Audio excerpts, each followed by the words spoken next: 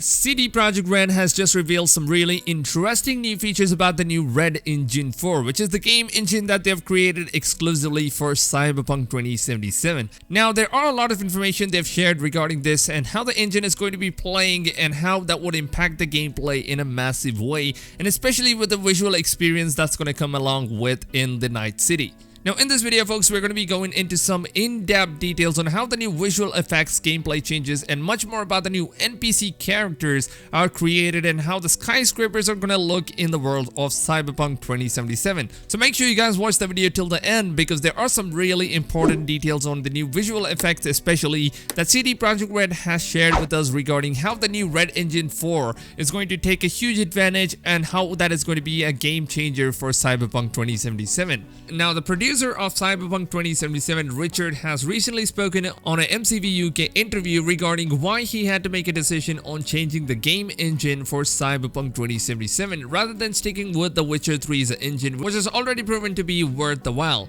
Now, if you guys didn't know this already, that Witcher 3 Wild Hunt was made on a custom engine called Red Engine 3, and at first the CD Projekt Red's plans were to create Cyberpunk 2077 using the same engine that was used for the Witcher project, but seems like Witcher wasn't really satisfied with how things turned out, with the setting of the game being way forward in the future, and especially with the skyscrapers playing a huge role in the environment of Night City. Richard had asked the team to recreate the Red Engine in order to have a wow factor present in each glimpse and visuals of Night City, which of course wasn't really possible to be achieved with the Red Engine that was used to build Witcher 3 Wild Hunt. Now, Richard here says that the new Red Engine 4 will bring a whole new level of details to the world of Cyberpunk, and the engine has now given the developers the freedom to create a vertical world filled with buildings and skyscrapers all around the map. Now, CD Projekt Red has said that these buildings and skyscrapers are not just for the visuals, but the players will now be able to visit each one of them and will also have complete freedom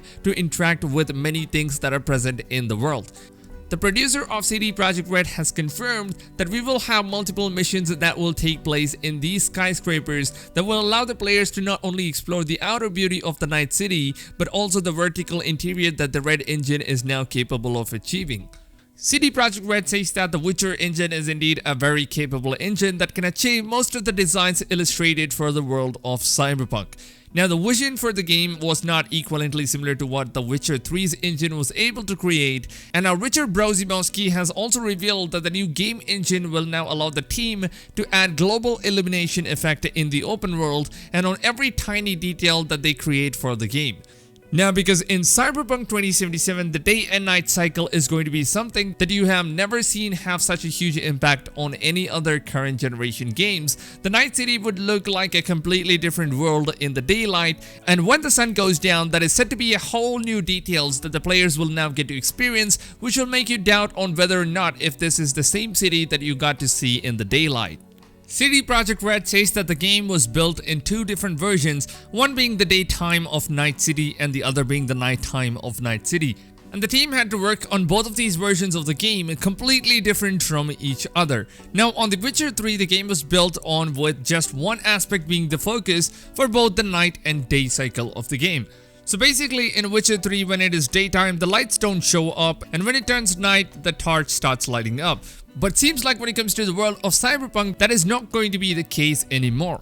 Now, the team has decided to go full-blown with the day and night cycle, and they have designed both the versions of the world in two separate ways. So when it is daylight, the game would feel and look completely different, and the activities among the NPCs and much more would be different from the night times. Whereas in the night times, the city lights are turned on, and the world would just immerse you into an experience that you have never seen before on any other video games. Now, CD Projekt Red says that this is the sole reason to why they wanted to go for the first-person mode for the game, because the game would look and feel much more immersive and beautiful when you play on a first-person perspective. CD Projekt Red says that the new global illumination lighting effect in the game is something that they've never done before in any of their previous games. And with the next generation ray tracing technology being the main course on both the consoles and the RTX GPUs for the next generation PCs, Cyberpunk 2077 will look the most beautiful than ever on the next gen RTX supporting machines. Now of course both the PlayStation 5 and Xbox Project X has now announced that both the consoles will support next gen RTX ray tracing technology, which is absolutely one of the best things that could happen for the consoles. And along with the Nvidia's RTX series being on a huge play for the PC gamers, Cyberpunk 2077 is no doubt to be the best looking game on the next generation.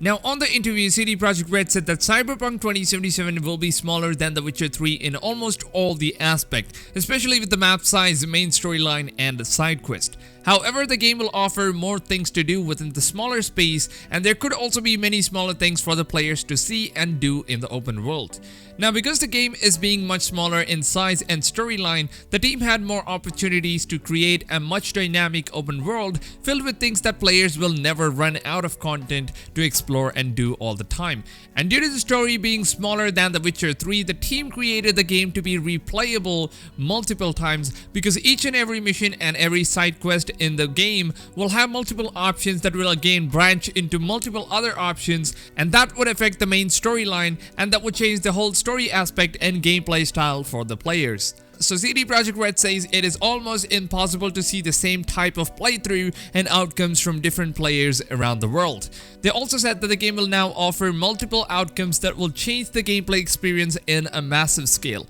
which will now make the players have the need to replay the game multiple times in order to try out all the new possible outcomes from the beginning till the end of the story.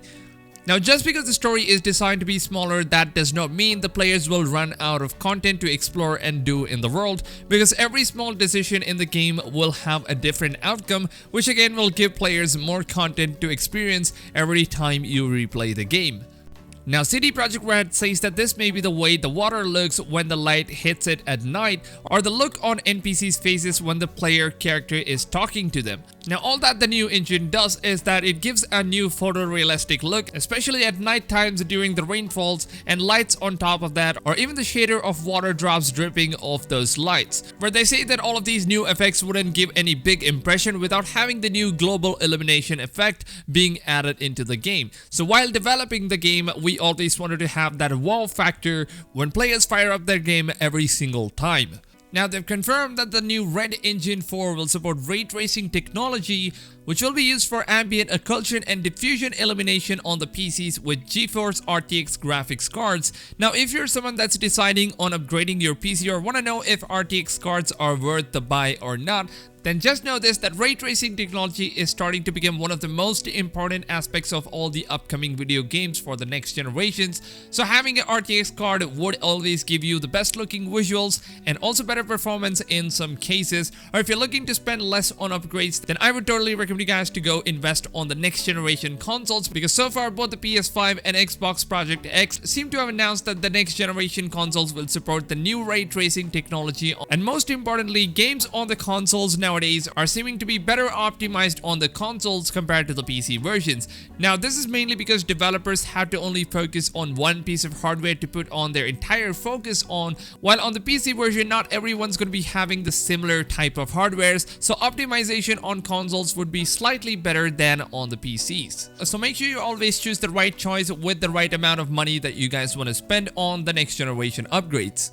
Now, speaking of upgrades and PC gaming, CD Projekt Red has confirmed that Cyberpunk 2077's new Red Engine 4 will allow players to mod their games on the PC version. So the modders are already itching to get their hands on the new Red Engine tool after reading all the new articles CD Projekt Red had released on their newswire. But the developers at CD Projekt Red have said that you will have to wait some time after the launch of the game in order to get your hands onto the modding tool for Cyberpunk 2077. So CD Projekt Red has now confirmed that modding will be playing a huge role in the world of Cyberpunk. And so far, all I want to see from the modding community is a third-person mode for the game on the PC using mods. Because who would not love to see how the Night City will look and play when you're playing your character on a third-person perspective, which is now the most requested feature from the community to the CDPR developers. But officially, the game will remain as a first-person perspective only. But with modding, it seems like the game could be turned into anything the players want it to be. So guys, now that modding is officially announced to be coming to Cyberpunk 2077, what do you guys like to see being modded in the game? My votes are for the third-person perspective of the game. I would love to know what you guys are expecting to see from the modding community for Cyberpunk 2077. So leave your opinions in the comments down below, and if you guys are a modder yourself that's watching this video, then could you guys please create a third-person perspective of the game, which we all players cannot wait to get our hands on into. Now, if you guys are new to this channel, then you should know that on this channel, I cover every single information and updates on Cyberpunk 2077. As you guys can also see the banner of this channel, which represents this Cyberpunk theme. So if Cyberpunk 2077 is something you like and you're excited for, and you want to know everything related to the game, then you should consider subscribing to my channel and turning your bell notifications on, because that way you will never miss out on the daily videos I post on this channel regarding Cyberpunk 2077 and most of the other upcoming video games on this channel.